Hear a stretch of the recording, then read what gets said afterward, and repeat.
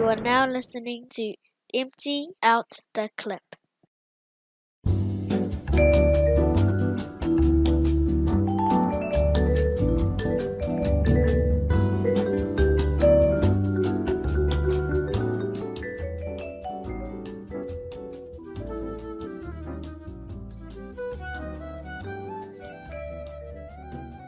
Right, welcome everybody to another episode of the Empty Out the Clip podcast, the EOTC, proudly brought to you by the mighty WesWes Network, proudly brought to you by WesWesNet.com.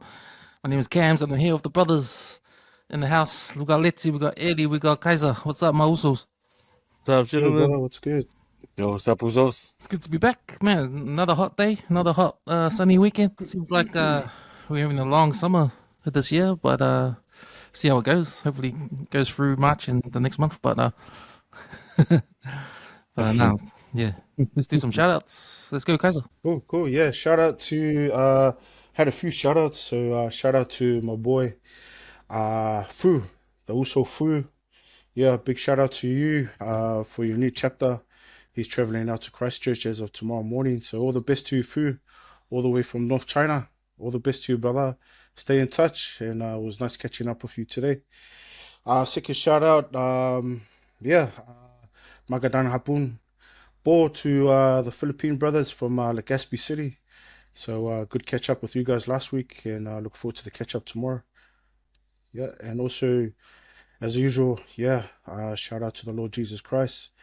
Sabbath day today, so much alofas for all that he's done and provided for all the families here that are pushing hard, all the brothers, all the sisters. So shout out to the Lord Jesus Christ, amen. Nice. Yo, make a shout out to all the Usos from Liston, the Westside Fitness boxing crew. Just want a special shout out to my brother-in-law, Gaurav. Celebrated his birthday a couple weeks ago. Also, want to celebrate and congratulate all the people at Westside Fitness that won the 8-week challenge that was completed on the weekend. So congratulations to all the winners. Shout out to all the people that comment on our videos and whatnot. We'll be having a comments corner soon. It's in development. But yeah, those are my shout outs. Seki. Nice. Also, my first shout outs goes to my host, Enoka, the big yellow pancake caravan that's always parked up in Avondale Flea Market. Him, Nara, and the fams. Shout out to you guys. Always putting in their work every weekend. Another shout out to my Doko Brandon, caught up for a walk yesterday. Always got love for the young Doko, man. He's like the warhorse of the FT page and always putting in the work. So congrats, Docs. Keep it going, Doko. Another one's to my mate Dolo. I know Dolo's been in on and off the horse, man, but it's like we always say, Doko, all in good time, man, all in God's time. Another one's to my niece, Oksana. Kefu, and to her boy Siale turned 1 yesterday over in Sydney. Happy birthday, Baba. I can't wait to meet my niece's kids. She's got like 3 kids now. She got another baby on the way. So exciting times for her and the family. And then my last shout out goes to all the viewers and all the listeners always checking in and also putting in content on our page for us to like and subscribe. So yeah, man. Anytime, any topics, you know what you need to do, man. Get at us. Yep, there are some my shout outs. Nice, boys. I just want to make a shout out to Joey, Tana, and Roger for jumping on my podcast during the week. The Cam Schuster podcast broke down some picks and margins for Super Rugby and also for NRL. So, you know, if you need some tips to see who's going to win for your TAB bets or whatnot, you can take a listen and see if you agree with our picks there. Yeah, man, just thankful for you guys too to jump on last night. We did a little review on the movie Tina, and so that will be out by the time that this episode comes out. That episode will be out too. Go check out the Cam Schuster podcast to see that Tina review. Also, shout out to all the listeners of the WesWes Network. You can check us out on the Empty Out the Clip socials. We're actually just on Facebook for Empty Out the Clip. We got a group page there. So it's your chance to get in, throw up some comments, throw up some articles, and we'll talk about it on the podcast. Empty Out the Clip is part of the WesWes Network. The WesWes Network is on socials. We're on Facebook, Instagram, Twitter, X formerly known as Twitter, TikTok as well. So go check that out. Also check out the website, weswesnet.com, for all our blogs and links to all our other podcasts. Okay, boys, man, like I said, man, it's been a hot weekend. Hopefully summer can continue, but man, how has your week been? Yeah, week's been pretty good. Just want to make an extra shout out to the Manly Sea Eagles. Yeah, Shots yeah, fired, man. shots fired. Hey, big man. shout out to the Manly Sea Eagles. Job well done, boys. But Warriors got there at the end. So yeah, week's been pretty good. Yeah. Once again, I can't complain. Yeah, life is good. Whether it's good or bad, yeah, still striving forward, still hustling forward, and whether we fall, whether we stumble, it's all about getting up and just walking, crawling, as long as we keep moving forward. So yeah, life's been good. Yeah. What about you, Let's? Oh man, emotionally, probably spiritually too, bro. Like just battling, been struggling, like not working, and also with you know, when the girls start having a voice and they start Fia Poko and they know everything under the sun and they don't appreciate your advice and shit. I think a little bit of it's taking a toll on me. But yeah, I'm just glad I managed to get out and go for a walk yesterday with Brendan. We did the cemetery. Man, that's a killer, man. Mad respect to my Toko Mickey, bro, because I know that guy's done it after a shift. And like that's like 4.2 Ks. Me and Brendan only did like 3.8 yesterday. But coming through that track up in the cemetery, bro, that's hard on the knees, eh? Especially because Brendan he didn't have any like terrain shoes, like he had like slides on, so fuck. No, but it's just good to like, you know, have a catch person to sort of push you, because Brendan's like 10 years younger than me. But I just appreciate his support, eh? But like I said, man, like the week's been pretty heavy. But I managed to get a job interview, man, and it was like one of those laughing things, eh? Because it's like, fuck, do I really want to go back into leadership, or like, you know, looking after a team and shit? I put my man, I just happened to drop the girls off at school, and as I drove past, I keep seeing this factory, and I was like, wow, fuck yeah, that's the factory I always see in the paper, like, you know, on Seek. I ended up applying. As soon as I got home, I saw a vacancy. I applied for 2 of them, and then probably like within 3 hours, man, I got a call and got an interview for the next day, and I went and had a yarn to one of the HRs at a place in locally. Yeah, it's a bakery place, so they do breads and stuff. I don't know, man. It was pretty crack up. Was that the lady mentioned a couple of names of people, and I was like, "Fuck, how small this would be if it was someone that I knew." And I walked into the factory and I met one of the mixing. He must be, he'll be the mixing lead. He's got a team of 8, and then the engineer says, I walked through it, and yeah, sure enough, I knew who they were, just in my past employment. Me, and then I got a job interview tomorrow, and this is a place I've been trying to like get into for a while. But yeah, just like even like just thinking about it now, I think first time like sitting in an interview, I had the jitters, like I was a bit nervous, you know. I know it's been a while since I've had a job interview. Can't even remember the last time I sat down and had a job interview, probably like 10 years ago. But yeah. Yeah, bro, like I got mad respect for people putting themselves out there and like who haven't been in the work game for a while. Because just the process is it's pretty daunting, eh? Like, because like some like even though I've said in panels we've done the interviews, but it's like the putting yourself out there, like a couple of questions, like tell me about yourself and what do you grade yourself out of 10, like with attendance, in terms of like empowering your team and stuff like that. So yeah, I was a bit thrown off here. Like, fucking, it was hot too, man. When I was having the interview, like the sun was literally coming through the window, and I was like, "Oh my gosh, is it just me? Or is it hot? It's like fucking hot in here, man." And the aircon was on blast. But now it's just interesting, like, cause it seemed like a nice place to be, nice place to work. A lot of ladies, man. Like, predominantly the factory floor was like ladies, apart from all the mixing teams. But yeah, I'm not sure if I want to go back into fucking looking after a team, but like, because in my head it's like, it's not that the money's not okay. It's just the fuck, you know when you got drama, you watch Shorter Street and you elevate Shorter Street times 11. Like that's what it's like, when you're managing people, because it's like the personalities, you know what I mean? But otherwise the week's been yeah, bro. Like I always mentioned, bro, it's just blessed to be home with my son and just absorb it, because like he's 10 months now. Like I look back over when I walked out of my job that I had, that consumed so much of my time. Glad I made the decision to sort of like, fuck, a job's gonna come up. It's just timing, I guess. You know what I mean? 100. But just grateful, man. Just grateful to be home, man. grateful to be alive, grateful to be on the empty out the clip, bro. It's like we I don't think there's anyone on our number segment yet, eh? Okay, like, hey, 179. Come on, fuck. What do you know about podcasting, Maji? So shout out to Nixon and Nate, man, still putting in the work. My Iggy's are still a long way from 179, my bros. No, yeah, but that's been my week. What about you, Eddie? Oh man, this week's been yeah. Man, I totally feel you on that whole like looking after a team because like I'm like a department manager at Aussie Butcher. Fuck, you have to be diplomat, you have to be like the confidant, you gotta be like a psychiatrist. Like man, like some of my staff just come in just fucking tweaking, G, straight up. But yeah, you gotta be diplomatic sometimes or whatnot. It's a mental toll, man. No, I understand that fully.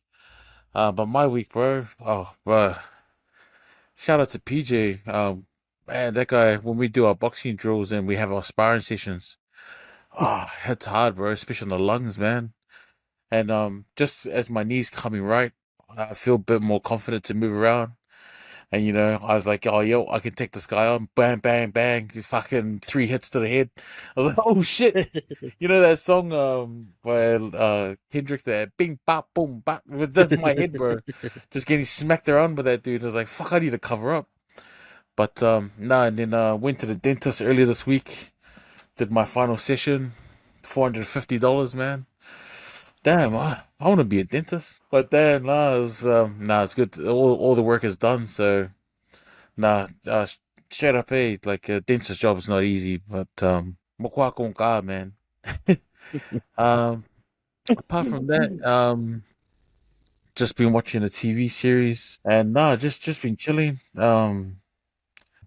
Looking forward to next week. I'll try and do a full week of training because I only did Wednesday, Thursday, Friday last week, so I need to try and shake some of this weight off, man.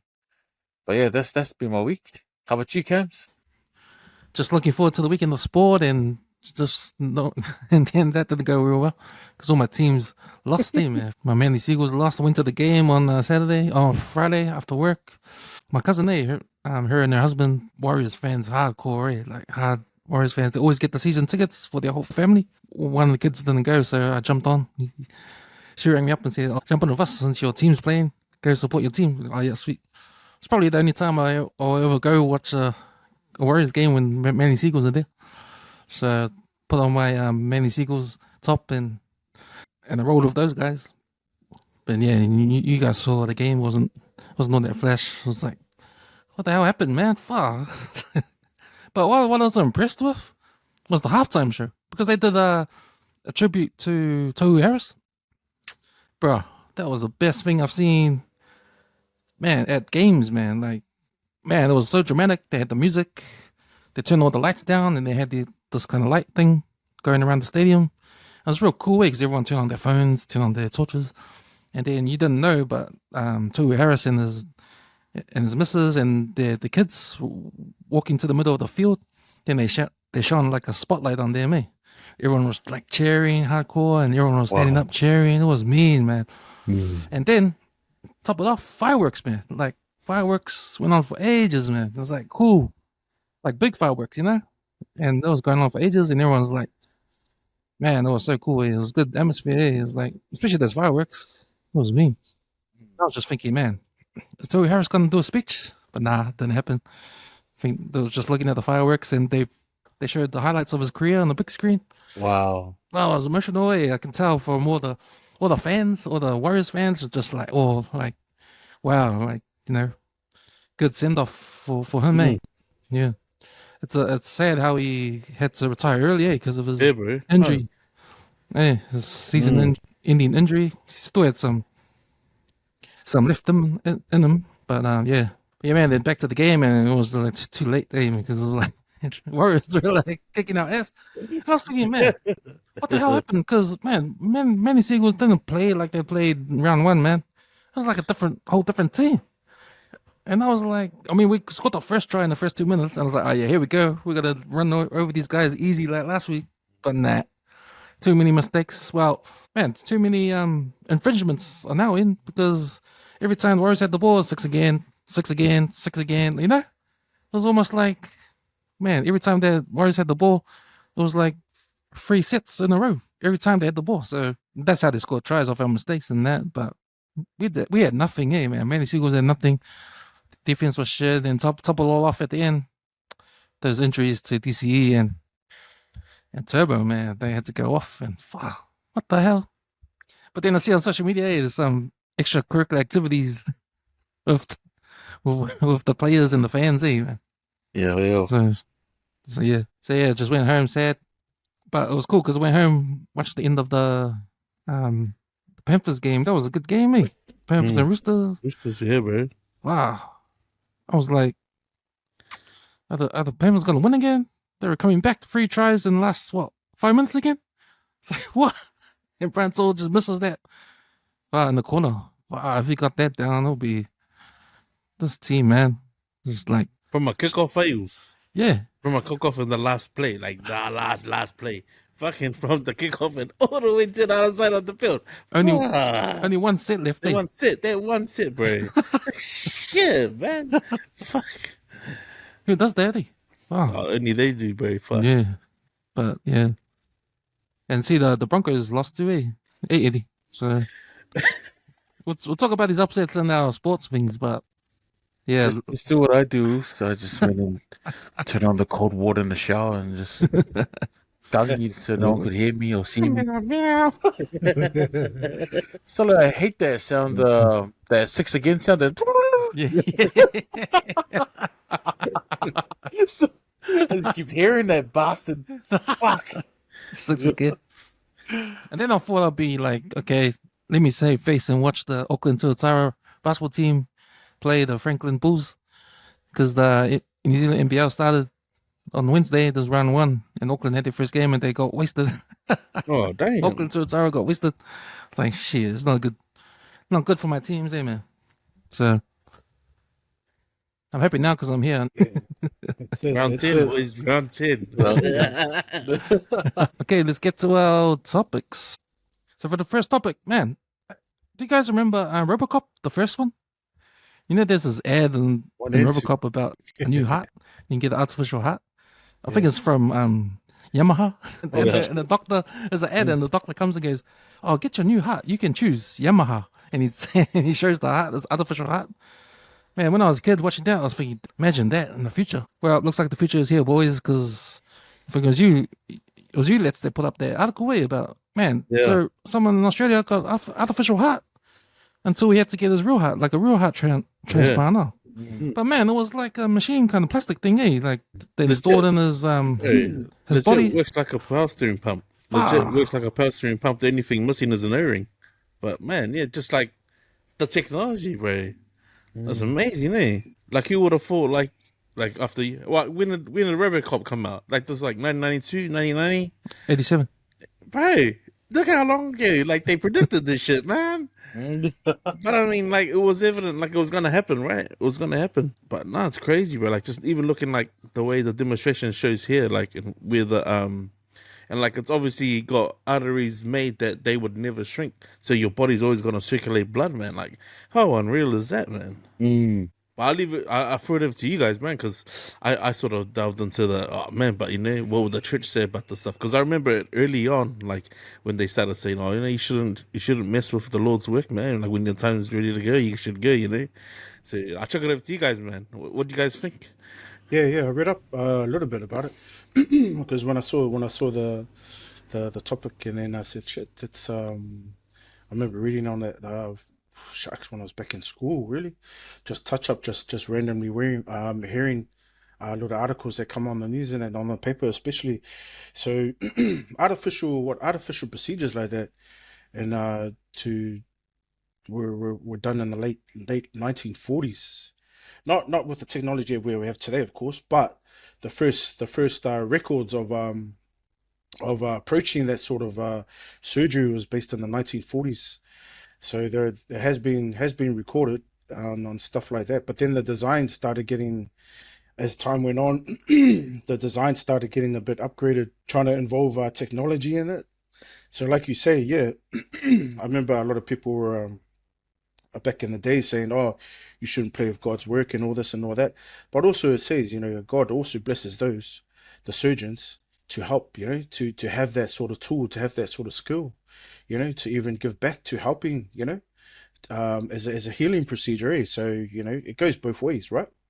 So at the end of the day, Javik 7 in 1982 designed. There was a team that designed a heart, with technology, to replica the heart, right, with valves and etc. like this. Yeah, so the team of Robert. What's his first name? Robert Javik. Yeah, so you had another three with him as well that had the same idea and came up with a design called Javik 7. So you can Google that up and research that and see what you guys think about that as well. But then when they did the procedure, the first transplant on their design, that person survived 112 days after transplant, right? And then the second recipient, that they did the same procedure on with their design, he lived up to like 620 days, right? And then what was the cause of it? Well, once again, it's a new design using incorporating technology then, in the 80s, and then feeding off previous history from the 40s or whatever it may be. So it was blood loss, just leaking through their new high tech valves and all that. That was the only thing that they were trying to keep designing and upgrading, was trying to keep that blood flow within those valves, if that makes sense. Because they kept on the reason why it was the first guy 112 days, the next guy 620 days. It was leakage, from that design. So when you put that up today, it's titanium, right? With that Australian guy that got it today. Yeah. And when they put that transplant in him, and the Aussie guy today, what was 3 days ago, man, he got discharged, right? He got discharged the day after surgery or 2 days after the surgery. So he's walking around with the high tech new design and I think the base of it's titanium. I'm not sure what the tubes are made out of, but yeah, it's exactly what Leti said. It acts as what are we saying? As it's like a weed pump. Yeah, like a power steering pump, eh? Yeah, power Yeah. steering. He's got the high pressure valve in the Yeah, which so is amazing, man. that is amazing. From that, the researcher did from what 1940s to 1982, and now it's 2025. Wow, that's amazing, eh? That's amazing. So, of course, they're gonna monitor him, but getting discharged straight after, that's a success, right? Getting Yeah, bro. discharged that early, that's a success, right? Mm. That's a success right there. So, man, big ups to technology and all those surgeons that are upgrading and are keeping up with the engineers and designs of surgery today, eh? Big ups to them. 100, man. Yeah. 100, bro. Nah, you boys are right, man. Like technology is crazy now. Especially in the medical community. So like I just want to know how they're gonna implement it. Is it gonna be a full replacement, or is it just gonna help them do everyday activities until actual heart is available to be transplanted back in? Oh yeah, I'm wondering how they're gonna use it. If it's gonna be permanent or just temporary until they get a donor available. But also, I think heart disease is probably the biggest thing that's hitting the island community. We got the highest rates of obesity, and diabetes and whatnot. So this will probably help our community a little bit, especially with like us islanders who are trying to break down the weight. We've lost many loved ones to heart disease and heart attacks and whatnot, especially friends and family that have gone way too soon. And this technology will be extremely appreciated across the Pacific and to all our communities and all the different ethnic groups and whatnot that subjected to heart disease and heart failure. So no, it's pretty good. It just shows how technology is evolving and keeping up with the times. And hey, you never know, we might actually have a RoboCop soon. But no, we'll see.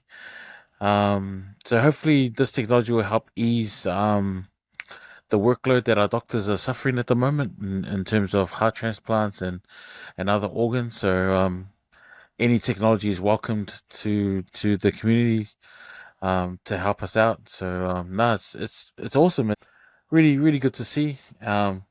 At the same time, it's always good to you get a little bit anxious to see they're gonna implement it in the future. But yeah, those are my 10 cents on that. But yeah, agree with you boys, man. There's this book out there called The End of Reality by Jonathan Taplin. It's a book about the tech billionaires of the world, and he focuses on 4 of them. Elon Musk is one, and Zuckerberg, and a guy named Andreessen, and a guy named Peter Thiel. Now Peter Thiel, the book is about these billionaires, these tech billionaires, and their lifelong goals, and where they want to put their billions of dollars into, and what they want to do has got nothing to do with helping the world. It's to do with their sort of what they want to do. It's like sort of like their fantasies. So if you think of Mark Zuckerberg, he wants to do the metaverse, right? He wants to turn everything into virtual reality. If you look at, it talks about Elon Musk, how he wants to send people to Mars. So that's, that's his sort of thing. The guy, Andreessen, he wants to develop AI. So it's all about computers and all that AI. So all these things got nothing to do with the lower class, people in poverty or helping the earth or helping the world. They want to do all this thing. Now Peter Thiel, the 4th guy, he's into longevity and building tech that will make us live longer. So he's got a goal to make humans live to 150. So that's his ultimate goal. And he wants to do it by using nanotechnology or technology and all that kind of stuff. He'll be, I wouldn't be surprised if he put money into the heart thing, right? Because that's what he's into. He has this goal to live to 150. But with that, there's moral considerations. Like, do we actually want to live to 150? Like what are you gonna do? You're gonna work until what? You're 120, and then retire 140, and then live to 150? Is that? I mean, what's the plan? Like, and with technology happening in the world, like, what, you have to upskill all the time? Like what's the plan for living to 150? And it's just going to be just for the rich people. Yeah. Like, who's going to afford it at the end? This technology at the end. Yeah, it's interesting. It's amazing technology. If your loved one needs a heart, and there's no hearts out there, but there's a heart on the shelf, you can choose which one you want, and you can live a bit longer. Then of course we would want to take that. So I think the question is the availability of this technology for everybody in the world.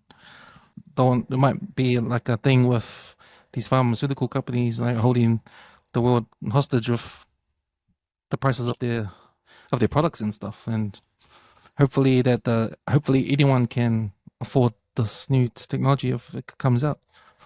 There's a lot of questions behind it. It's amazing technology, but there's a lot of we just don't know how they're gonna roll it out. Everybody, when they pass away, their heart stops. So we're gonna make an artificial heart for every single person in the future, and put it in your just buy a heart. So when you need a heart, you can just take it to the doctors and, oh yeah, I think my heart's up in a few days. Can you put this new heart in? So I thought it was just amazing, like just seeing it breaking, like in Australian news, that it's this side of the world that's leading it. You know what I mean? I mean, there's been attempts of it. More than 20 years ago, they tried giving it a go, and and it's almost like, okay, so did it get to a point in America or in China or wherever it was that they thought, okay, we've got something special here. How about we just put this on the shelf for when we need it? And the fact that Australians have picked that up and just been like, oh man, like, we've got an opportunity to use this tech on someone's life, and a 40-year-old, why not? And like succession, like 6. The guy was 40.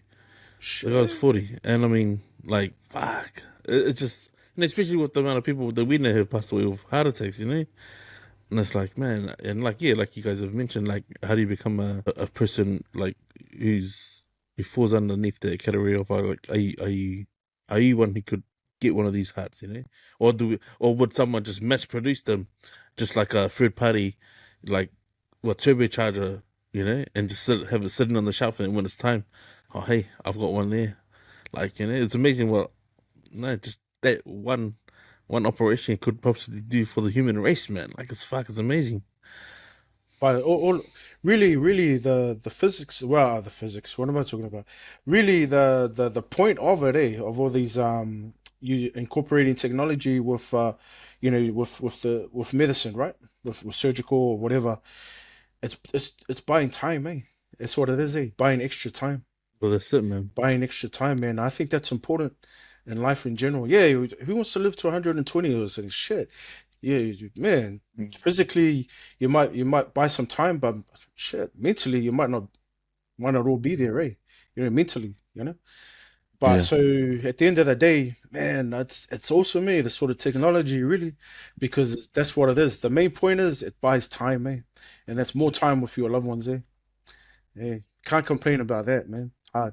Yeah, I it's wonder, interesting, eh? Like, you know how first it's gonna be the heart, next one's gonna be the liver, next one's gonna be the lungs.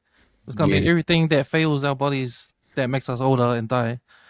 Can be replaced. And then what's left? Just the blood flow, our skin, our bones, that can be replaced. Next minute, we're gonna be a bolos. robot, a cyborg or something in the future. Wow. Hey, by saying that, Oh, there's that those- oh no, I'll leave it for the movie review. Yeah. I think Eddie needs to get out of the meat shop for a bit. If I live to Yeah. 120, man, I wonder how many Fast and Furious movies they're gonna come out. Shit, it's totally hard out, eh? Damn. So, boys, yeah, man, this is an interesting conversation. Next on the list, we've got Disney Church added again. This time they're down in Wellington. Oh, they got churches everywhere. They Yeah, got everywhere. Australia, branches everywhere. Australia, New Zealand, Ready to pounce on any pride parades that happen yeah. in this country. They're ready to take it down for haka. But nah, man. Pride parade, animal pride parade happened in Wellington in the weekend or last week. I guess the Man Up department in Wellington took a hold of the news and went over to protest.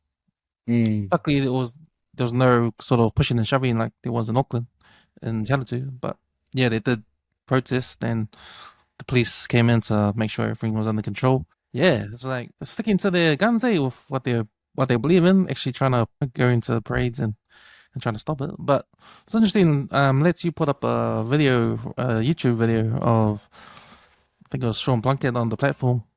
They had an interview with Brian Tamaki and trying to explain why his group Man Up is down there protesting against something that is legal. You apply to the council and the council, gives the okay and you can do a parade. So it was an interesting conversation there, and you guys saw the video, like it sort of gave you an idea what goes through Brian Tamaki's mind, and Yeah. that whether you agree with it or not. But yeah, it was just an interesting conversation, and to me, it felt like, especially when he compared, when I think it was Sean Plunkett compared what the Pride Parade was doing, dancing in the parade in the underwear. He was comparing it to being in your togs at the beach. Brian Tamaki was saying it's not the same thing, but yeah, man. What's your thoughts on that? Oh man, to be honest, like when sometimes when Brian talks, like I actually pay attention and listen, and then I wait for the bit where he contradicts himself in the same speech, in the same yarn, and and that beach one was the exception, it was exactly it. Some of the stuff he does say, so like especially around this one, like he exposed there, like the council and the parade would have gone to council and asked for some funding, if that, and they would have gone towards barricading the roads, all the roadworks, and then all the people they got to employ to sort of set that up for them and divert the traffic in that.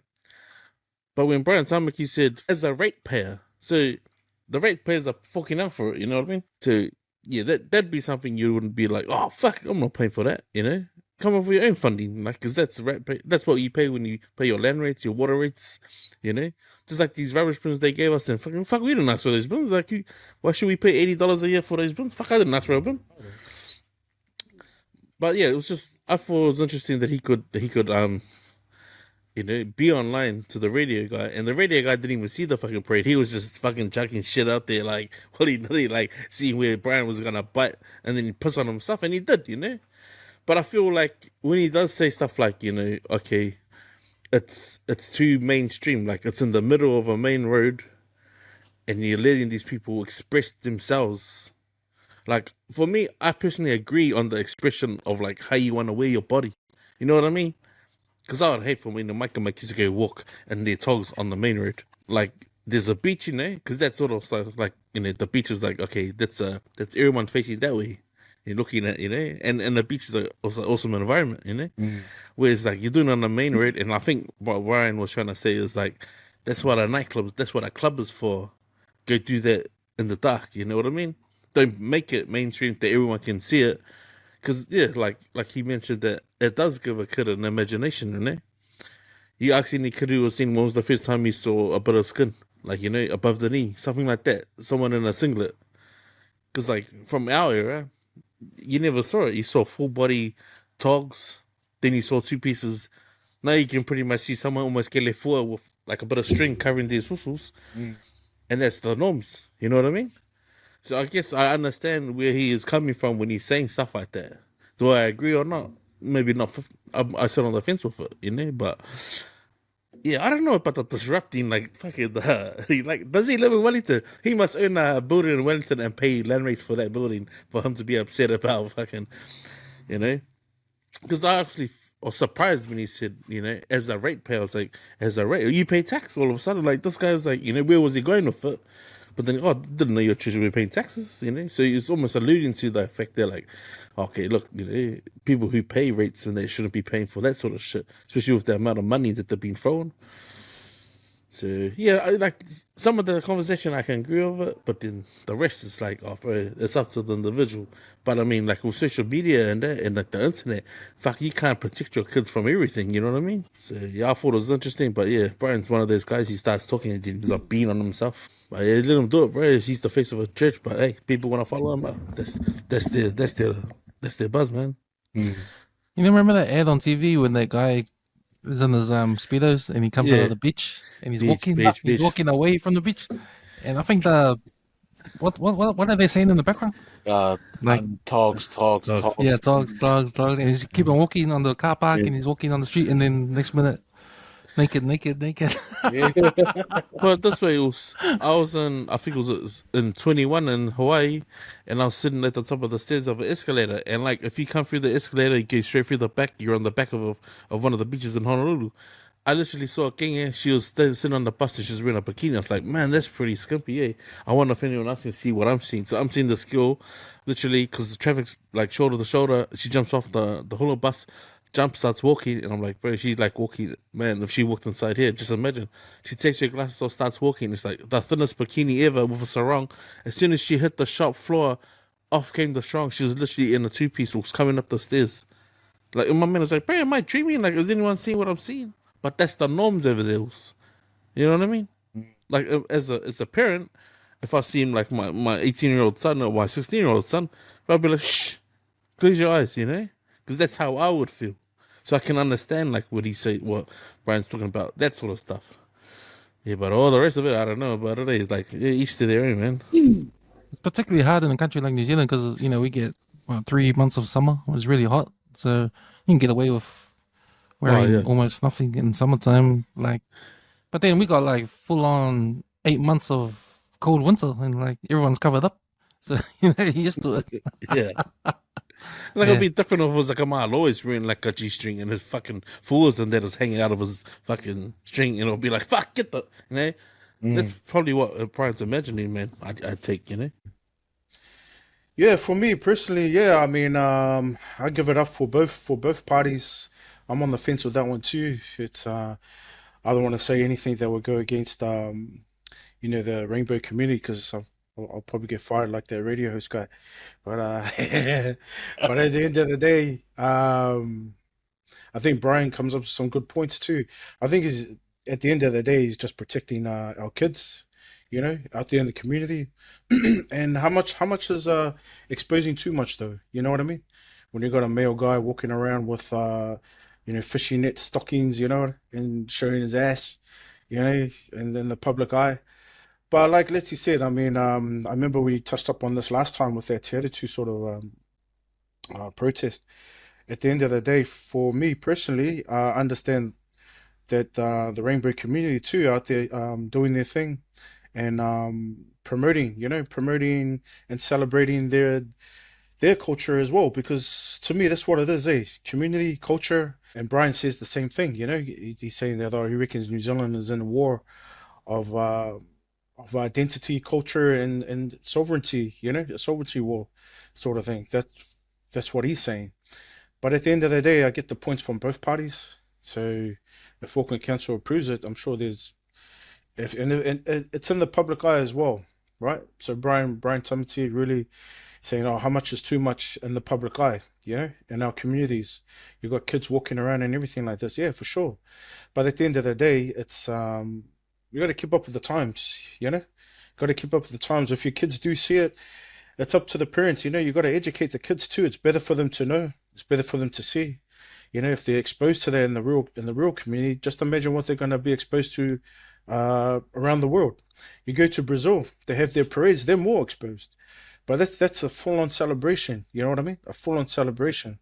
Whether you say that's fully naked or what, but at the end of the day, that's a culture thing for them as well. With their parades, what's happening over there? It's a celebration. It's a celebration. And I think kids in general, yeah, they're going to close their eyes, but I believe that parents need to educate your own kids, because you can't really babysit that in these days. If they keep closing their eyes, to me, yeah, they can close their eyes, but educate them too. Educate them. To me, there's no right or wrong to it, but to me, just educating the next generation, educating your kids. It's up to the parents at the time. That's what I think, because what they're having parades, pop up everywhere, all around the world. It's not just New Zealand. It's their Disney's church are always engaging protest, regarding rainbow community and challenging them on every parade that they pop up. I mean, parades are happening in Auckland, Wellington, the Te Atatu Library, Christchurch, even Cam's Village back home in Samoa. There's parades happening everywhere, rainbow parades happening everywhere. So educate your kids, and then everything should be all good. That's the times, that's the days that we live in. Yeah. So I can understand. I'm on the fence. Both parties, Destiny's Church and Rainbow Community. But Rainbow Community, they do a lot for the community too, as well as Destiny's churches as well. So I'll give it up for both parties, really, yeah, because they always give back to the community. So big ups for both of them. What about you, Eddie? Man, I think the way that Disney Church does their things is it actually draws more publicity to the rainbow community every time they turn up, because the media follows Disney Church like nothing. Wherever Disney Church goes, they're actually putting more of a spotlight on the rainbow community than any media. I didn't know about this about these parades. It's never showed up on any of my social medias. It wasn't promoted, that massively. It's only when the Herald or Stuff or 1-3 News report it on media that I'll see it. So, oh shit, they had a parade, blah blah. So I think Disney Church needs to rethink how they're gonna do it. I mean, I get it, freedom of protest, but the way you're doing it, the way you articulate your argument, the way you set yourself out in public, you make yourselves look like thugs, bro. They're doing a haka. They look like some angry tribe that didn't make it into the finals in Matatini, bro. What they need to do is, yeah, like you're right, educate your kids. Protect your church first, bro. I think that's the main thing. There's so many allegations in his own church and investigations and certain people that used to go to his church. Man, clean that up first. Put a good image out there. Protest in certain ways, and you'll get your point across. But how he's doing it, in Te Atatu and whatnot, with the aggressive and kind of like Americanized style of just hijacking certain events is probably not the way to go. And also to the rainbow community, I get what Leti says. Us Pacific Islanders, when it comes to modesty, especially in the islands, man, you can't wear bikinis on the beach. It's got to be covered up in a lava lava or sarong. So for us islanders, it's we're quite conservative when it comes to things like that. And I think the rainbow community is quite liberal. They're quite, the freedom of the body and expression and whatnot. But for us islanders and Māoris, it's a hard concept for us to get our heads around. So there's massive frictions between the two communities. But yeah, Disney Church, man, I get what you're trying to do, but you're actually putting more spotlight on the rainbow community, giving them more publicity, making them look like the good guys in some situations. But yeah, I think it's just we're getting to with the whole ratepayers thing. I don't know, bro. I just pay my taxes, bro. I just pay my rates, man. I don't give a fuck what they use the money on, man. As long as Pacifica and Polyfest still go on and, our rates and stuff pay for that, I'm all good. But yeah, I just count that money as gone, bro. Just bad investments. How about you, Camps? Yeah, I found it interesting that video with Brian Tamaki talking to Sean Plunkett. Like, he didn't mention anything about gay. Again, anything about gay and homosexuality and anything that's against their beliefs. But it's all about it was all about what you're wearing, like being in your underwear in a situation like that, like in a parade, like dancing in a cage and doing all that stuff in broad daylight, in front of families and kids and that. I think, yeah, he was talking about that, but never mentioned anything about the background of it, right? So it was interesting because I remember last year there was a story about in North Shore, one of the public swimming pools. I think there was a mother who complained that a girl that came to the swimming pool, she was in a thong, she was in a two piece, and it was a G-string, and she actually complained and got her kicked out. So it came on the news and all that. So there was debate on because the other girl should say, wait, this is a swimming pool, this is my swimming outfit. So what's the problem here?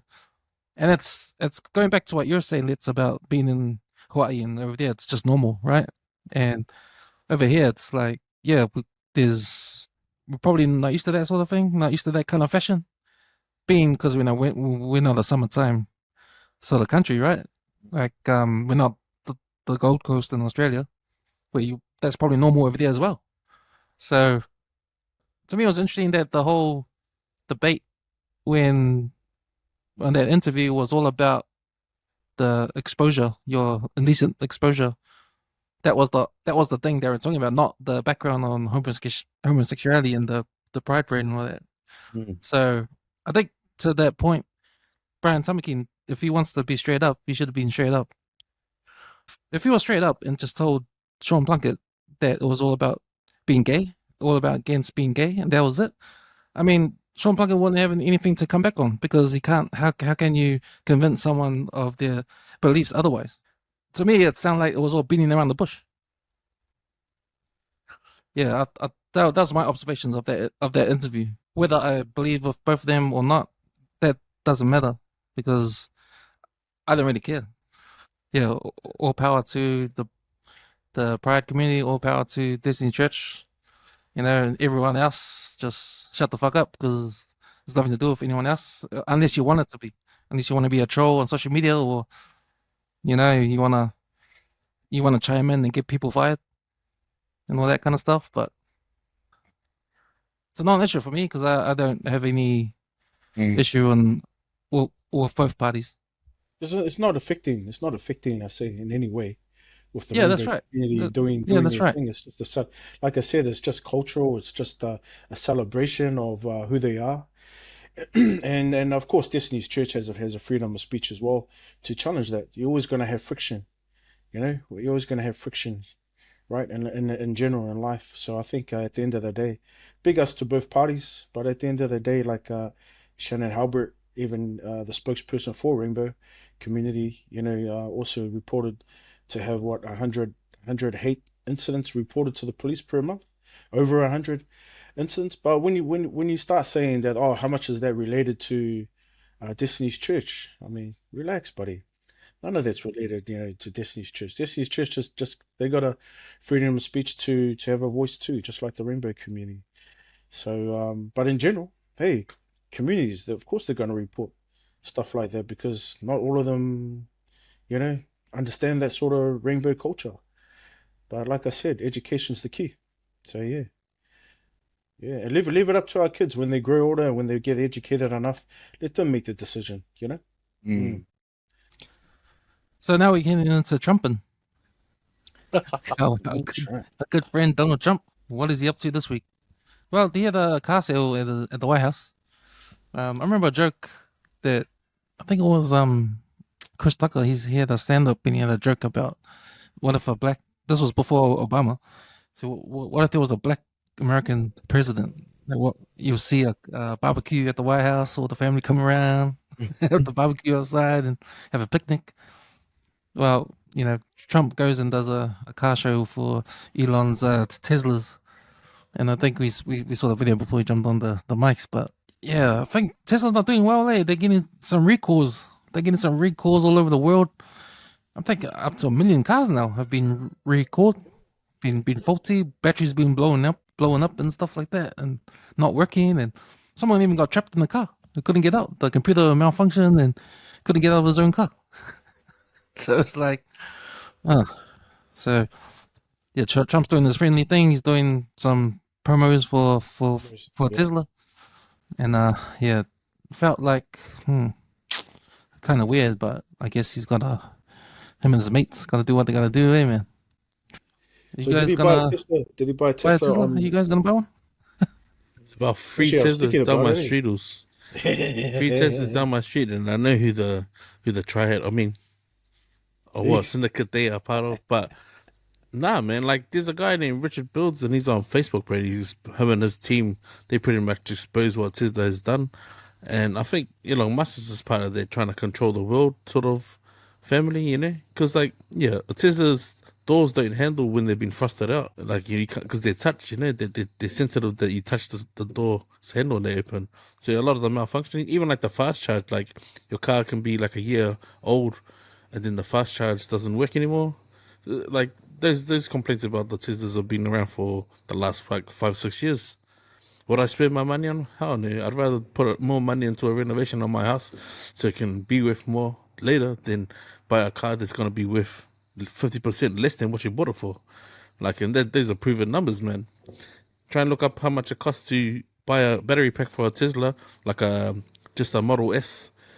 It costs roughly about 26 grand to have the battery pack, and most of those battery packs are leaking from the coolant system, which is malfunction from the factory itself, man.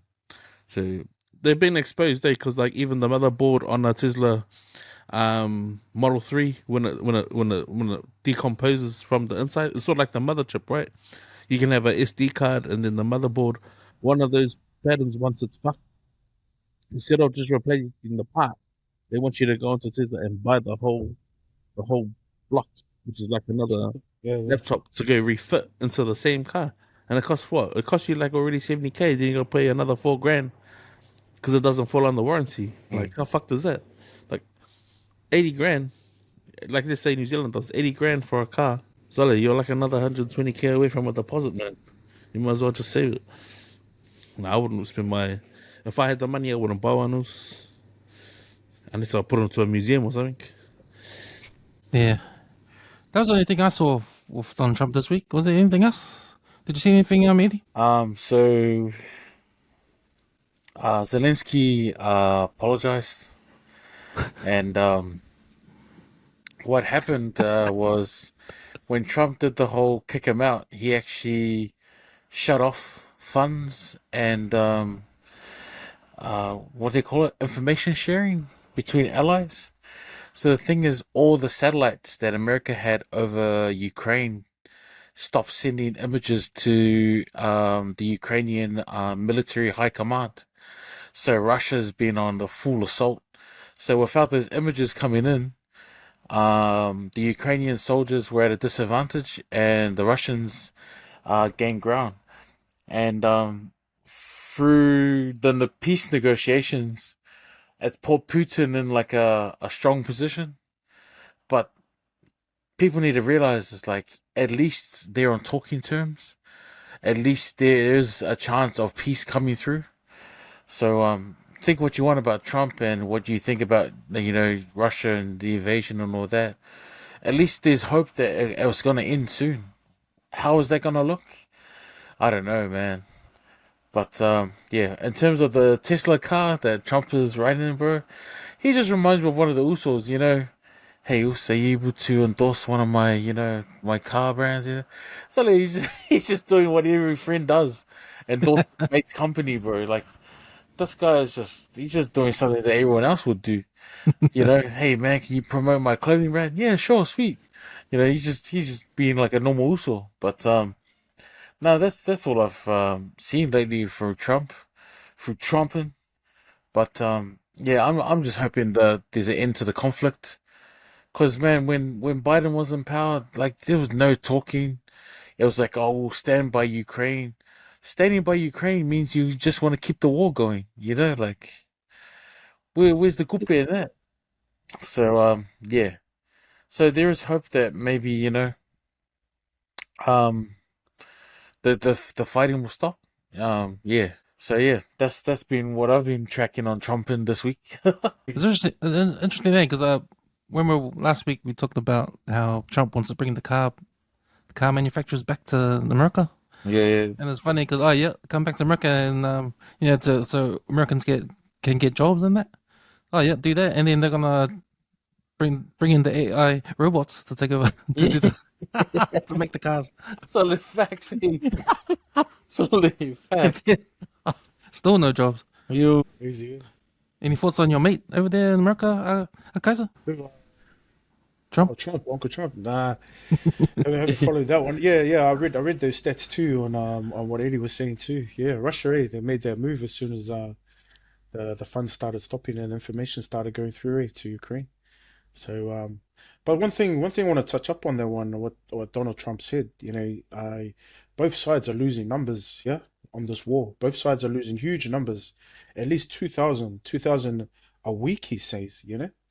I don't know if those numbers are accurate, but either way, a life is a life. And like I said before, and like I keep saying before, nothing good comes from war. And to send your kids out to send your brothers and sisters and your kids out to war, and just throw those numbers out straight out like that in a political voice, that's crazy, eh? That's like, oh, that's 2,000 lost. Yeah, Trump wants the war to be stopped. He's saying you got to stop this. Both sides are losing huge numbers. I highlight that when he said that because he does care. But at the end of the day, when you say it out straight like that, I mean, how else are you supposed to say it? Yeah, of course we get it.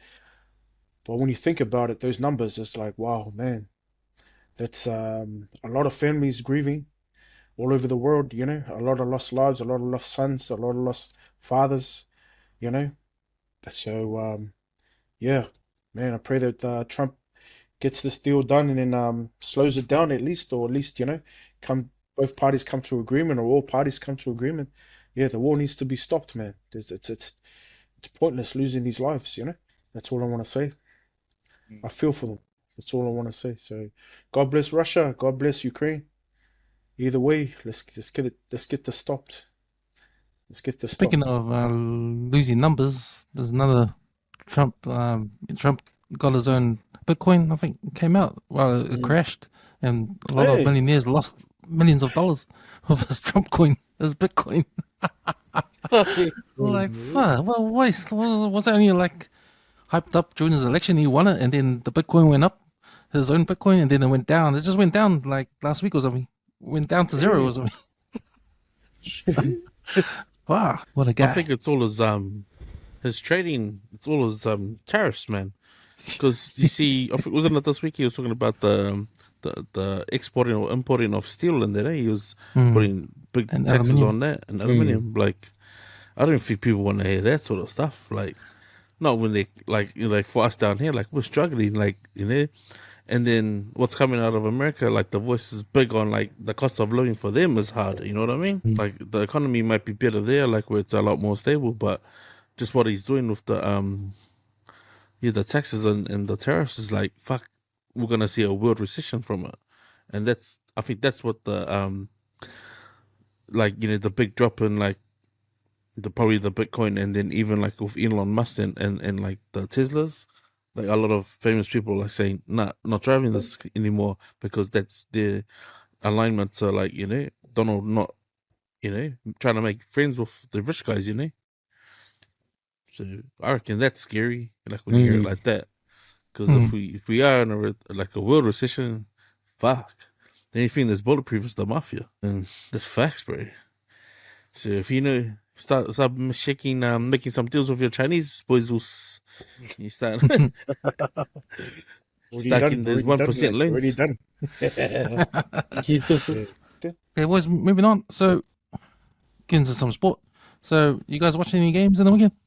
Yeah, nearly see Eagles, bro. Bro, can I quickly just check and mention, like, whoever designed the jerseys for the marble round, bro, fucking great uppercut yourself, and man, get a Specsavers, bro. At the moment, they got $169 for 2 frames, man. Fuck, those jerseys did not look marble, bro. Gotta be honest, bro. Did you see the Highlanders uniform? It'll probably be Canaries. Iron Man. So Yeah. Canterbury had, so Crusaders had Iron Man. I like the Highlanders one. They had Incredible Hulk. I didn't like Hurricanes one. Well, why they Captain America? He's blue. They should have been Wolverine. The yellow. Hey, the yellow uniform. Bro, should have been Wolverine, bro. Like, that's how dumb. That's how dumb, you know? Bro, he's on the list for uppercut, bro. This should be like a George Foreman uppercut, surely. Chiefs should have had Spider-Man, and we should have had Captain America. Yo, Yeah, we should have had Captain America, eh? Mate, the Spiderweb jersey was not looking Spider-Man, mate. Yeah. Man, do you guys think the Blues are gonna win it? Go back to back? Not how they're playing, eh? Fuck. Or are they playing? Oh, bro. I've been watching too many podcasts, bro. Just like, I think now there's Stephen Donald's now on was it the Sky podcast? After match. Yeah. I think hearing his opinion, and like not on there but on other podcasts, I think, like, bro, the Blues, they need like a good trio, bro, at the back. You know what I mean? On this Back three. type 5. Yeah, they're back 3. Oh. That's what's missing. I think, bro, we've got the players, but when the back 3, your loose trios, they're not performing, bro, your team's shit, man. I wasn't been on regular rotation, the loose trio. Well, that's it, man. You stick to your, like, I don't know. Like, okay, for example, when I was at high school, our loose trio was the New Zealand trio. So our wingers score tries every fucking week. It's like, when your wingers not scoring tries and it's just pure individual brilliance, well, clearly your 6, 7, and 8 are playing good. Well, that to me is just like the basic rugby. Like, you know, you can have a shit half, shit first 5, but if your leashes are solid, you're gonna get the ball every tackle, like every breakdown. You're gonna win the ruck. Every time you take the ball up, your 6's gonna be right up your ass. Your 7's there ready to catch the ball.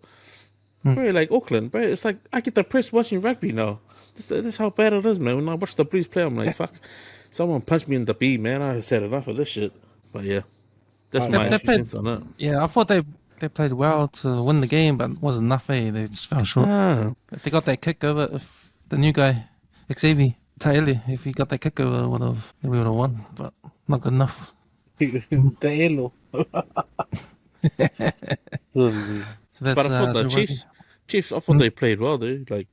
Like considering like they will, you know, come off a loss last week. Yeah, but still not as good as watching the league, do we? Yeah. That Penrith game, Penrith and Roosters game. Yeah. No one saw that coming. Just like no one saw the Manly's Eagles lose, but no one saw the Roosters win that game, man. Nah, not at all, bro. Everyone was writing them off. I think Penrith didn't even see that coming too, to be honest. They look I just caught the last 20 minutes because when I got back home. But man, I didn't see all the mistakes Penrith were having in the in the first half that led to Roosters getting up, but uncharacteristic, eh? Good game, though. Good game. What about that's the next game, with Warriors, right? Next Friday, Warriors and Roosters, right? Yeah. Over here, Echo Media. So yeah, there'll be a hard one to pick too. How do you reckon that's going to go? Which Roosters team is going to show up? Round 1 Roosters team or round 2 Roosters team? Bro, 100%. True. But did your tries come in, Eddie? No? Only one got in, and like I got 230 from it. But yeah, nah, man. A lot of my multis went down the drain because I didn't expect the Warriors to win because like Manly was paying some good kupe to win that game, so they were hot favorites. Penrith were hot favorites, obviously, and then when it came to the Broncos, like we were hot favorites too. So there was like 3 upsets in 1 week, bro. It was crazy, and that just goes to show how good the NRL comp is with these upsets. You know, it's like Yeah. you know you think it's going to be one sided, and all you know it depends what team turns up. Mm. In terms of Super Rugby, man, I've given like the Aussie team so much shit. Hey, fuck, this Pretty good. I like watching them, bro. Yeah. Mm. I like watching the Reds, the Waratahs, and the Brumbies, man. They're good. Western Force not so much, but nah, man, they're doing well. And to be honest, I think Super Rugby is more enjoyable to watch because the Drua, the Fiji Drua, and the Moana Pacifica have been putting some good fights in there. You know, there's none of this like getting defeated like 70 points to 10 or something like that. They got a draw, got a hiding from the Reds, but it wasn't that bad. It's like 31 something 15, but you know they're putting a fight, bro. And like I enjoy watching Moana Pacifica's videos on Facebook. You know the background work they do for especially for Tongans and Samoans. Did you see that video about the combine they have? Yeah, Pacific the Combine. Pacifica Yeah. Combine. Even when Tana watched the movie Tina, we went to the change rooms and he spoke about it to the team. So nah, man, like you know, and even for the South African community in the North Shore to come in and do a barbecue, a traditional South African braai for the players. Nah, man, there's something special going on in North Shore, and I get that there was an argument that they wanted them to be based out south. But, you know, all the facilities are North Shore for them. So, you know, I mean, it's just over the bridge, boys. But, nah, it's been good, man. Even though I'm still crying over the Broncos and fucking one of the boys messaged me, he said, I can't wait to see you at work tomorrow. Nah. Bro, I'm going to sharpen my knives extra sharp tomorrow. Nah, it's just, nah, I'm enjoying sport at the moment, eh?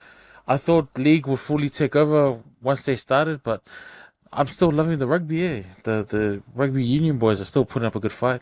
It's been entertaining, superly entertaining. So hopefully this level of competition will keep up and keep us on our toes.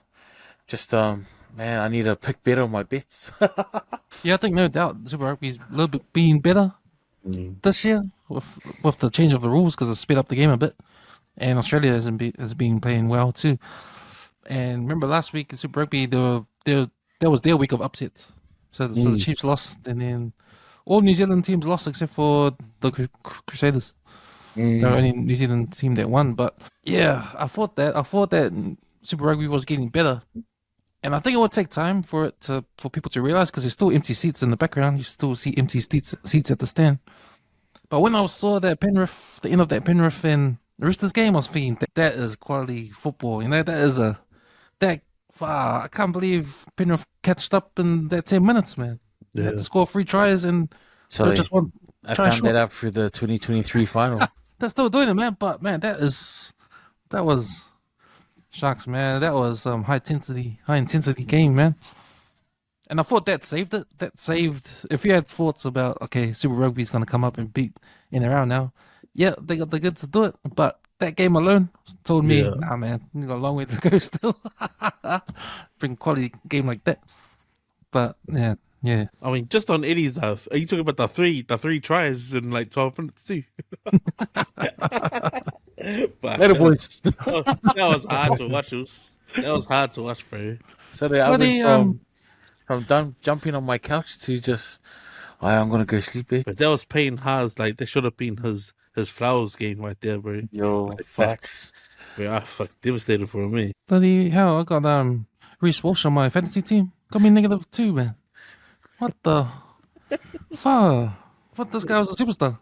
Eats. Why did you pick him? Was it for his eyelashes or? Eyelashes. The color under. Man, he was there. I can't believe he was there. I picked him. But man, he's he's gay. I'm scared to trade him because if I do and he gets good, he scores points. Damn it. Should have gone with Pongos. Okay, boys, moving on to what have we been watching? Anything good on streaming and movies, Kaiser? The movies now, but Netflix, a new one's come out. What is it? Electric State.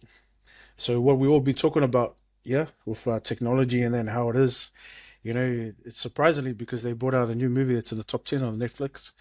It's come out, The Electric State. So watch that one, guys. It's pretty much sums up of what we were talking about today and how the world's heading, sort of thing. And yeah, kind of scary watching it at the same time, and just like you guys were saying earlier on. There's a lot of movies that predict a lot of things, you know what I mean? Like RoboCop with the Yamaha heart, with technology. Watch this movie too because the Electric State on Netflix as well. It pretty much sums up everything from RoboCop to today, 2025, and yeah, just using technology side by side with the human race to help with anything, with jobs, laboring, to nursing, to surgeries, to building vehicles, the handy person inside the home as well. And then it's kind of sad because it shows the actual human race sort of losing their full independence. You know what I mean? So that just the push of the button, they can demand a robot to do the gardening, or to do the laundry, or to drive them around. And they don't look too good. they look unhealthy. The human race looks unhealthy. And then yeah, the movie pretty much comes into sort of what do you like the Terminator, like watching the Terminator movies, eh? It becomes humans against the robots, robots against the humans for equality, for equality and rights. How about that? So pretty scary, yeah. Watch that movie. Watch that movie. Yeah, that's probably the only movie I've watched so far. Yeah, and it's hard for me to catch up on sports here. I've just been out there in the community trying to, yeah, it's just been really busy. When I get back, I'm just watching those highlights. So I just say, damn, yeah. Nice. And that's for that movie Netflix. I try to chill, and that's the one. I got to finish watching it because I only watched a quarter of it. Yo. Yeah. What about you guys? Oh man, I've been watching just the same old just YouTube, bro. Like fuck, YouTube's the go hey. Yo. I was talking about that 4-wheel drive dude. His actual name is Liam Roberts. That's the guy who got the buff. He had the barn find, and it was a Land Cruiser, 99 Land Cruiser, and fixed it up. Yeah, that guy's been, yeah, man, he's got some good reels, eh? Like, he started making, 11-minute videos now. Just how much he's done to the car. So now he's putting it out to the viewers, like, what else he should do to the truck as well. Yeah, I love watching those sort of things. Yeah, and like I said, I've been watching a lot of podcasts. I watched it's a Really Set Go, and it was with Usain Bolt and what's his name? That Gatlin guy. He's got a podcast where he talks with his coach, and they interviewed Usain Bolt just about his when he went from sprinting professionally, and then when he was on the world circuit, and then him breaking records. And it's pretty crazy, like boxers, like how they can recall every fight and then they can tell you. But I was just talking about when he first got beaten, and then how he was gonna come back the year of the Olympics because he had pulled his hamstring. And anyone knows, bro, once you pull your hammy, bro, you're fucked for a long time, man. And for him mentally, when he lost to the baby runner of their team, in his mind, he was like, fuck, I'm just stretching now. But he said that when he seen fuck, the dude, I think he forgot his name, but one of the baby runners in his team went like this, and he saw it up on the screen, and he was like, oh, fuck, no way this guy just did it. But he had just broken a record as well, the year record. So, nah, bro, that's a real in-depth, yeah, bro, it's probably one of the best sporting ones that I've seen to date. The Usain Bolt, and that's on Really Sick Go if you want to watch that. That's about an hour long, but yeah, bro, that guy can tell a story, man. It's just cool, when you feed off someone who's been with you every moment of your career, you know what I mean? So those two were going back and forth. And then I watched one this morning, bro. Shout out to David Tellerman and his podcast, bro. Shit. I know he's got a new coffee shop and barbers that he's set up on his Manukau gym and the food bank. But now he started podcasting and he's 4 deep now, and his 4th one I watched today, Sole. It's with that Jimmy Jackson. So man, love to that guy, bro. I suppose because they last met on Game of Bros, and it was just a show that Coconut had put together of up and coming influencers, and then people of the community. And Dave was on it with Jimmy, and he dives into his Jimmy story. So man, it's been a minute since I've cried listening to someone's story, bro. But yeah, listening to Jimmy's story, that's a good watch, man. It's worth watching, eh? Especially for someone who came from not a poor upbringing, but just someone who's just telling life as it is. And to me, if you watch his earlier stuff, everyone can relate to it. You get to someone's house and they got cool toys, and you're that one kid who's not allowed to play with the toys. So you just watch your mate play with the toys. Everyone knows these sort of stories, man. Or sitting on the side of the house while you're watching your mate ride his bike, and even though you let him ride your bike thousands of times, but he never lets you ride his bike because of the difference. It's fuck, his upbringing was like that, man. So shout out to that guy, bro. And just a story about being one of the first to lay it down and then make bank off it, and that was the making videos, the content. Fuck yeah, bro. But yeah, he got me good, bro. Dave's bro, some gems, man, in that one. But yeah. And then I started watching my mate Jake again, the Chop Shop. The man went and bought 6 VL Holdens. There's old school Holdens. So he bought 6. He bought 1 to 2 up. Then the man went and bought 6. I'm like, fuck, I didn't. So the man went and spent 18 grand on 6 cars. But man, love the guy's hard, eh? He said, so my missus wasn't happy when I bought this one. And she was like, what are you going to do with that? He goes, oh, the viewers need to see quick flicks. And then he went out and then he bought 1 and he bought 6 of it. So the reason why he bought 6, just to put standard hubs on it, he said, because I want 1 for all of the boys, pan. I want all of us to, go to the next car meet and we all look the same, pan.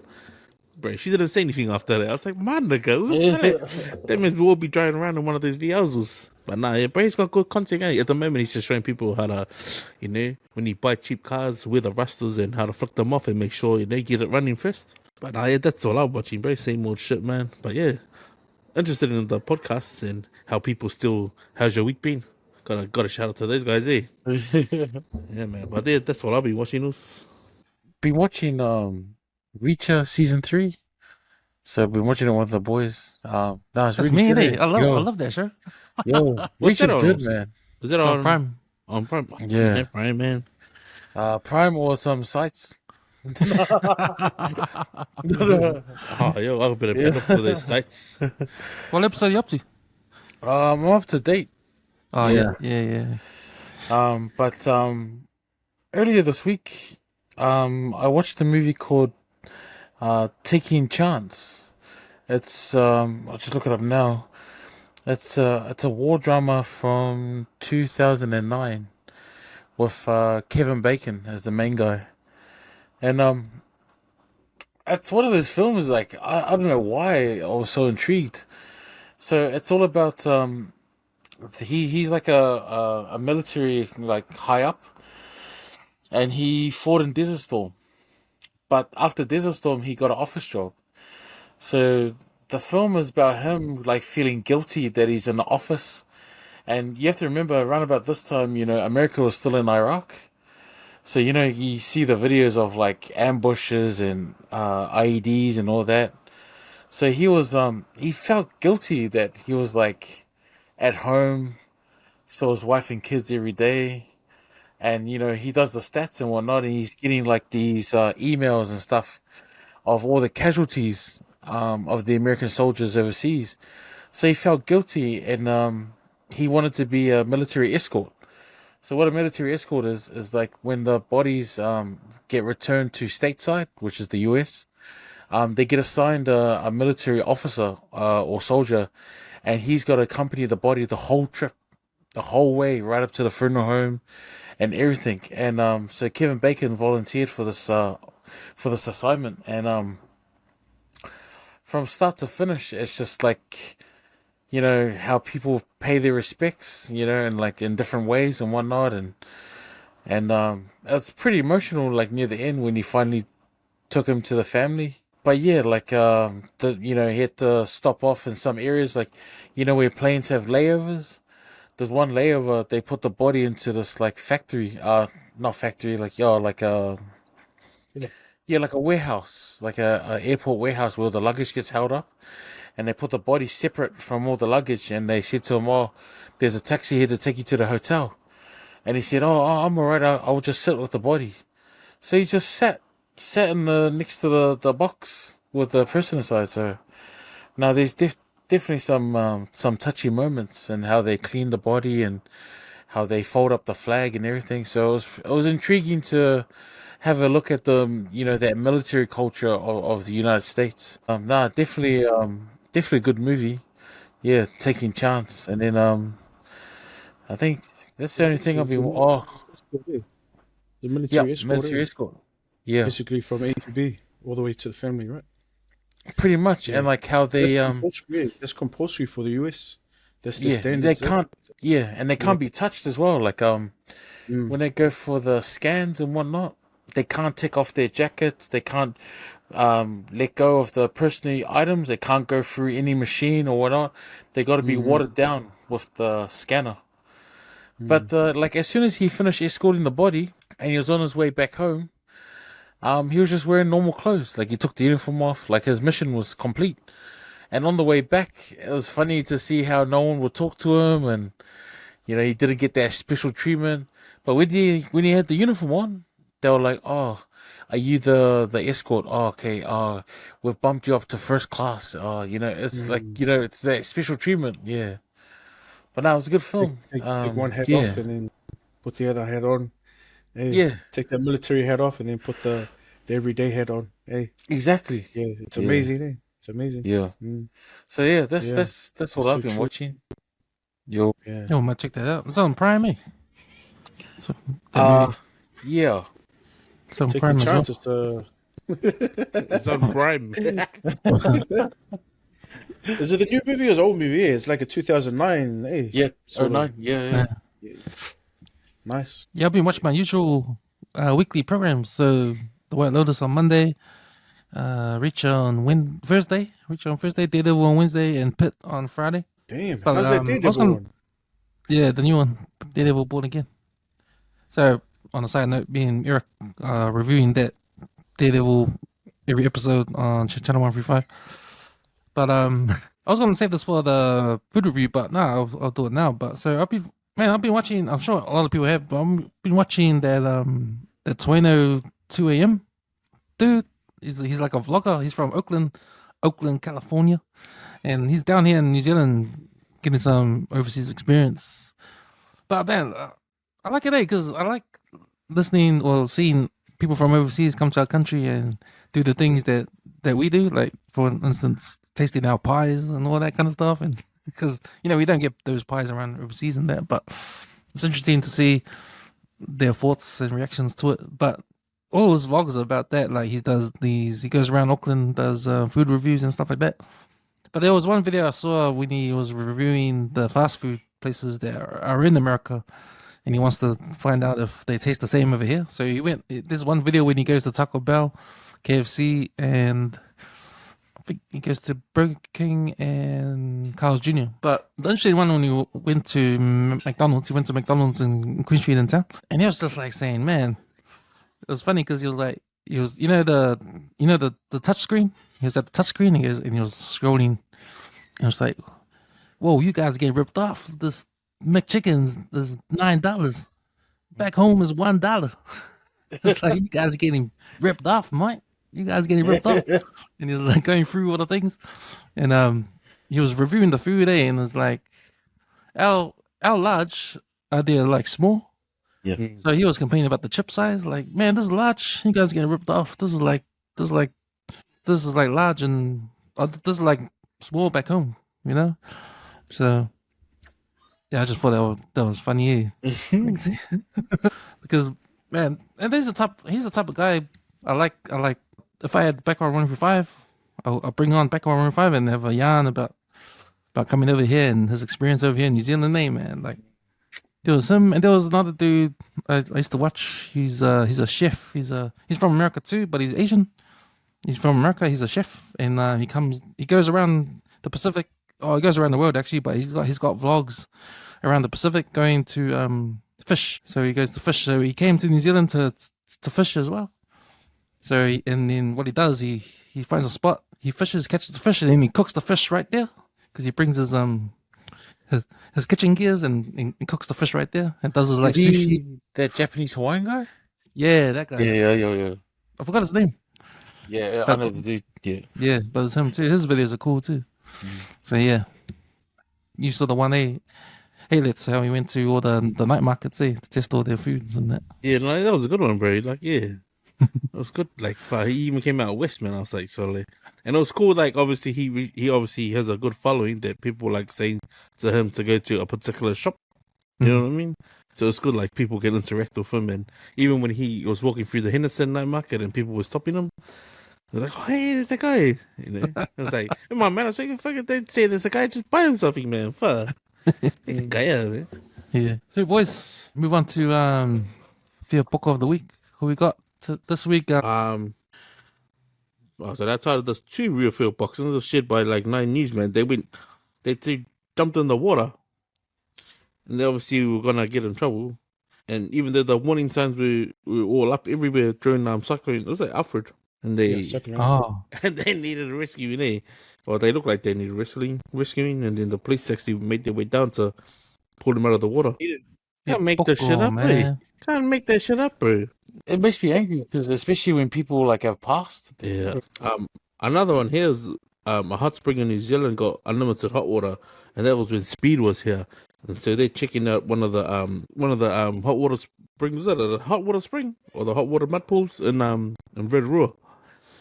And bro, it's what the freaking must be a tourist guide. It's what he says. In my mind, I'm thinking, are you sure?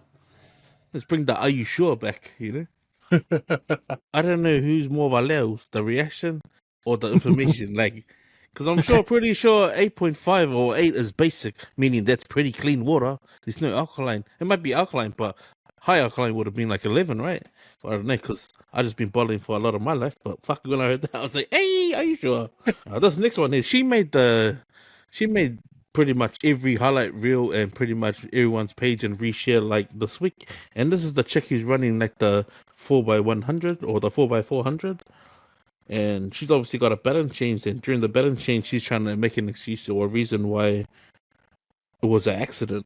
But yeah, man, do you believe her? So, if we could have the machine set up, it would have been like cue the part from when Greg got caught out. You don't got to lie, Greg. You don't got to lie. Like, fuck. Hey, when you see someone overtaking you, you're pissed off. That's a reaction, right? Yeah. That was no accident. Come on, lady. I think the saddest part is they try to defend her on the news as well from a different angle, but that angle looked worse than the first one that we just saw, bro. Like, fuck. This one here is from the Fearless Striker, bro, and this is a shout out to one of our Usos, eh? But I just thought, yeah, bro. Say your piece, my bro. Say your piece. Can it play? I don't know, bro. Like, you can't, you just can't argue with that. Like, I thought. So that's guy need my come up, bro. Like, that guy needs flowers right there. I like how he signed off just like how he signs off. Exactly. But I check it to you guys, man. You guys prick, man. I just thought, they gotta put a bit of different different type of Fia Pokos out there. Yeah, probably for me, the last two. The last two Fia Pokos there would be the sprinter reacting to the overtake on the outside lane. Change stuck in wrong. Yeah, we all been there before, lads. We all been there before. Come on, let's tell it like it is. We all been there before. You know, when somebody tries to overtake us, it's road rage again. Nah, yeah, probably that one. But as for her dramatic stories, I guess that comes with the territory of trying to stress her point as well. So yeah, probably that one, the sprinter, and then the last one, yeah, the Fearless Striker. Malo, brother, malo, man. Solely, the Fearless Striker. I applaud you, man. Yeah, trying to engage with Sam Situ. Solely, my man. So I applaud you, man. Much love us. What about you, Eddie? Fearless Striker, Caboose. You know what it's about. Mine goes up to the first video. The two guys going for a swim was like, man, especially I think some old person passed away during that storm. It's like, come on, man. Like, yo, be valere. Because the thing is, if they get caught out in the rip, the first responders and rescuers gotta put their lives on the line Yeah. to get them out. So it's like, you are the Fia Poko and the Fia Akai, man. That's culture again, eh? That sort of culture. You're not gonna see the brown boys out there, but the brown boys will be watching for sure, eh, if they were there. Brown boys will be on the coastline watching those boys getting drifted out, saying, "Sule wala, Fia Poko."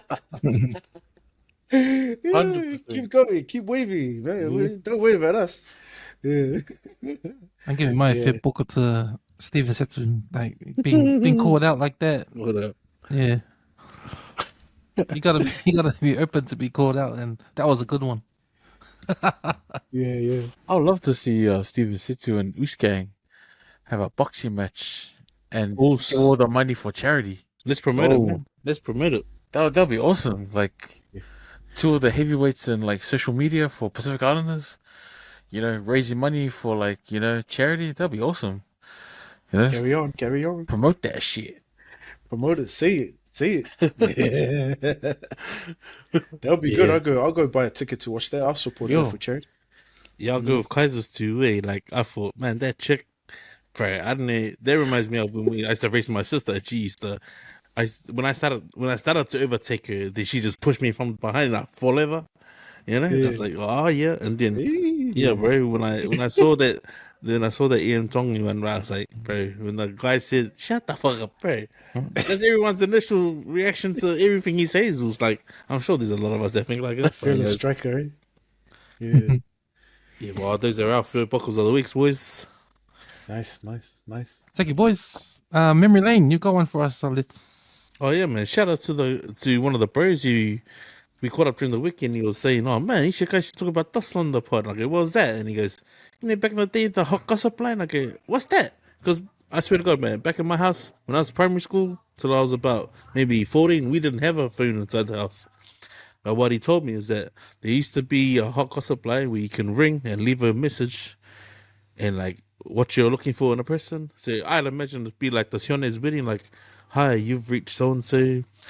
I'm looking for someone who's 6'2", brown eyes, long hair, and if you're down for a good time, leave a number at the time and I'll get back at you. Beep. That's what I assume it was.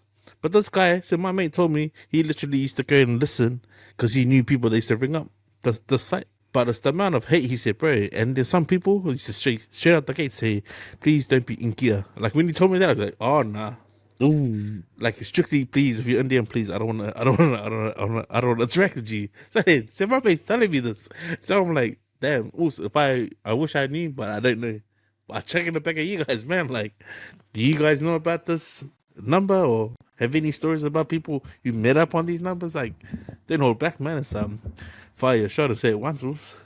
Yeah, man, I'm not gonna lie, man. I'm guilty of everything, man. All the above. All the above, man. 0900, whatever you got. I was the cheeky guy, man. Yeah, I was there. Sorry, pass that phone. Yeah. We had no phone too. We had to go to the phone booths when they had phone booths. It just tap. But nah, straight up, nah, I didn't call those numbers. But some of the boys we were with did call the numbers. Yeah, exactly what you said. Yeah. Even one of the boys, if I recall, he rang up the number and he said, "Hey, I recognize this voice. Is that you, Auntie?" I'm sure that's you, Auntie. Nah. Just jokes, boss. Just jokes. That's crazy, yeah. Solid. Never rang those numbers. Just the boys. Yeah. What about you, Cams? I remember it. I don't think I went on it, but I remember it. I remember. I think my sister was into it. She was always on the phone getting into it. But I remember my cousins too talked about it and told me to jump on too. And yeah, but I don't think I ever did or got into it. But I do remember the time. But it was just gossip. You just ring up and just talk.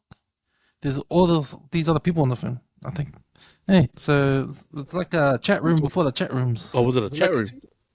Is it like a Tinder sort of chat sort of thing? Is it? Nah, it's like it's like you ring up and then they put you in a room with heaps of people in there. Oh, okay, yeah. Yeah, or something. Yeah, it's before the internet, or internet was just starting. Yeah, man. But I remember there's a scene on CB4. Remember that movie CB4 with Chris Rock? Yeah, They go pick up their mate from because he has a job, and they go over to go pick up Alan Payne. You know the actor Alan Payne. He was the guy, and they had to go pick him up from work, and he worked at those 0900 offices, and there was like a long line true. of all these different 0900 numbers, and he was the one when he was a gay guy.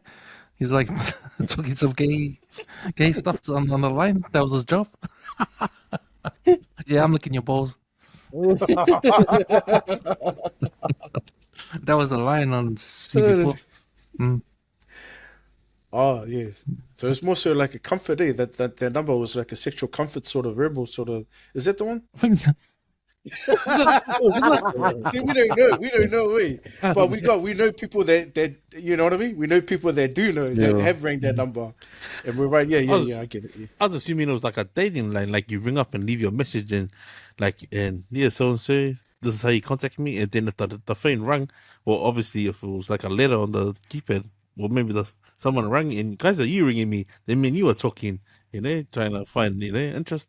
That's what I assumed it was. Must be another one. Not if you're ringing 0900. Isn't 0900 is the pay one, eh?